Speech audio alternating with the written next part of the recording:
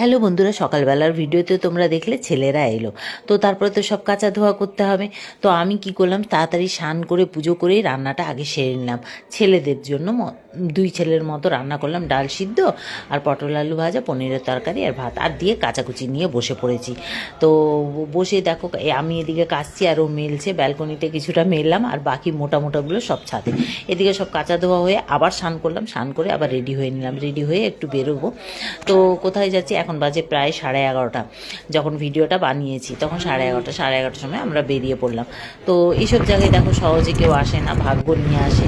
আর 4 বছর ধরে এই জায়গাটা মানে আমার আসা যাওয়া লেগেই আছে কারুর না কারুর জন্য। তো মা তো অনেক দিন ধরে অসুস্থ, তোমরা জানো, মা আবার